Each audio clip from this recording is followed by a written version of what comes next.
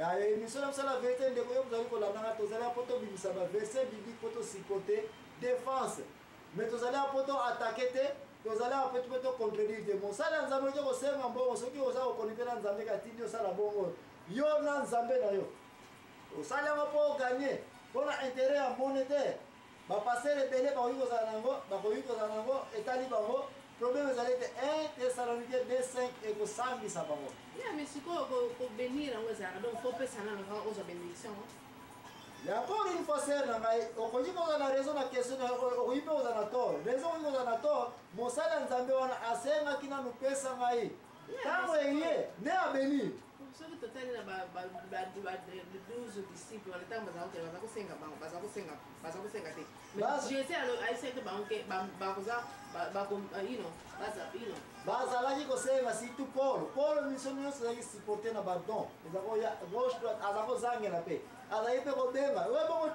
Timothée te Philémon yebika azalaki moto bongo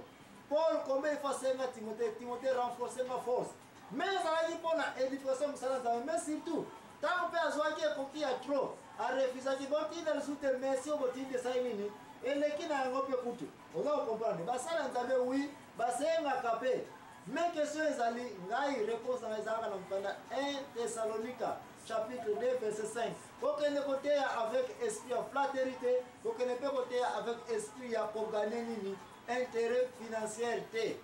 bao baza kosala yango na yebi na te bazosala yango na esprit ya nzambe moto aza kotinda bango na nzambe na bango me likambo oti koloba nasi nayoka yango naza mpe komona yango autant de fois basali ya nzambe baza koloba ete boyela ngai mbongo epuis ngai nde nakosala nini nakobelire bino mpo okoma riche me ngai naza mpona juge te émission na vérité tolobaka vérité mpe tosipota wana baverset biblique na pasteur ndenge alisere wana le pasteur na bango avant aya kote akoyebisa bino déjà ke monta bokopesa ye pourtant avant aya ayebi déjà ke babonza nyonso oyo bokokangola bokokongola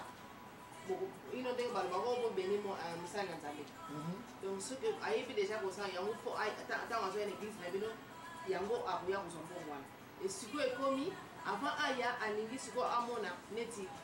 akotuna bino boko bato boni bozobengisa donc alingi bato ebele population soki bato baye mingi ayebi ke mbongo mpe akozala mingi et puis akolingi mpe ayeba place ne bien na stade ou bien place ya audience mingi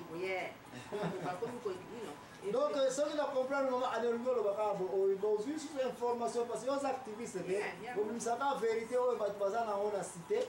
na société na yo na culture na yo et puis oye nango awa na plateau na biso n'est-ce pas donc mama ane ozotante koloba ete pasteur misusu ozwili information azali ete avant aya koteya na église na bino mpo ye aza deja na popularité ayebani neti n'est-ce pas aza célèbre n'est-ce pas soit nzambe moto akomisi wana to ndenge akomeli wana eke avant akende koteya na baéglise oyo bainvite ye alingi ayebake bato boni bokobengisisa kuna n'est-ce pas et puis soki ateyi oza koloba ete bakotia mbangu moko boye boya kobeni lomelelier n'est-ce pas et puis nayoki olobi ete sikoyo ekomi soki par exemple bato bayaki ebele te akoya te akokongola mingi te nayebinaka te mais ke alingi kaka bozala mpe population ezala mingi nde ye aye koteya et puis mbongo nyonso bokokongola na ntango bokosala ntinisani to makambo ye mpe aza na pourcentage na mpo ye mpe aye koteya mais si c'est bon place oyo nayebi nanga te qu'est-ce que je peux dire sinon ke nakozongisa kaka lisusu na mokanda ya 1 Thessalonique 2:5 ete soki bapaster ya boye bazaliki avant aya koteya alingi amona na boki bato boni bakozala wana mpo population ezala ya trop place wana na banza koteya avec intérêt tolobela wana 1 Thessalonique 2:5 mokanda ya nzambe révélé biso ete bato bakozala bakoya koteya avec intérêt koteya boye ngai te mais bible oyo ya 1 Thessalonique 2:5 encore une fois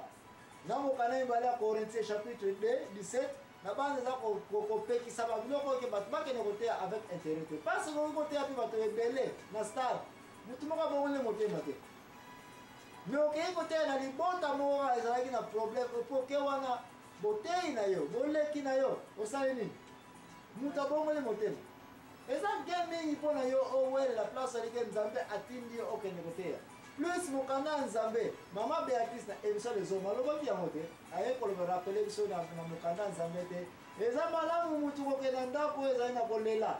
ke okenda ndako oyo ezali riche baza kolia nini bombe n'est-ce pas okoki okenda n'importe quelle église babengisi yo oke oteyi soki bakopambola yo tanke mosali ya nzambe merci bapamboli yo soki mpe bapamboli yo te oleki okoki mpe kozala na kati ya bis oteyi na ntango ozali koteya bato babongoli motema to babongoli motema te bayoki kaka liloba na nzambe ozwi makolo na okiti na biso oke na yo sanke osenga me soki bato bapesi yo eke molimo ya nzambe econnecte encore une fois zala na connexion na molimo mosantu molimo mosantu nasi namona bato bapesi ye mbongo apres ate aboyi na ye kaya daniele yango na biblia bapesi ye bapromotion bapesi ye bakado aboyi na ye tomoni mpe mosakoli élise soda wana ayelaki bakado ya ndenge na ndenge bozwa yango arefuse na ye ce n'est pas kaka ke yo mosali ya nzambe ntango oke na église bainvite okende koteya ntango oke koteya bapambola yo kaka mosusu mpe salela molimo soki molimo oluki tika ce n'est pas ke to ozwi mbongo na bango ke opamboli bango bakomi na mbongo ce n'est pas que mpe soki opamboli bango te ozwi no mbongo na bango te ke oyibi mapamboli na bango na nyonso oyo nayebi na ngai te meconnecte na nzambe mais tile ke ya solo ser na ngai likambo oti koloba ngai mpe naza temo na nasi namona bapaster baévangéliste oyo batiki meme koteya na baeglise na bango balukaka kokende koteya na baeglise misusu mpona nini mpo kuna ta bakendaka ta bazongaka na mwa gode moko evimba musulima monene ezali malamu ekoki mpe kozala na danger soki oza kokolinda molimo te baplace mosusu mpe nzambe akoki kolakisa kozwa eloko moko te parce ke eloba na nzambe eza mpona koteka te oyebi su bapaulo basilas ntango basalaki miracle simoni kwabimbangola aye me bino bamiracle boza kosala ngai mpe nasalaka magie me bino kosala eza numero moko très spécial alobaki nini napesa bino mbongo bino bopesanga puissance na balakelaki ye mabe au nom de jésus donc okende koteya na mangomba bapamboli yo sava bapamboli yo te tika bapamboli yo okoki mpe kozwa mbongo ozongisa mokasi na eglise wanake bokontinue na misala na bino boza na besoin ya nini ya mbongo yo ozongi na yo mais nazali mpona juge te nalobake bango baza kokende koteyaka parci par là avant te ya bato ebele baye bapourcentage te bazosala mabe nalobi mpe ndenge bazosala mabe te mais natikeli yango mokanda 1 Thessalonique ejuge bango 1 Thessalonique 2:5 eza koloba ete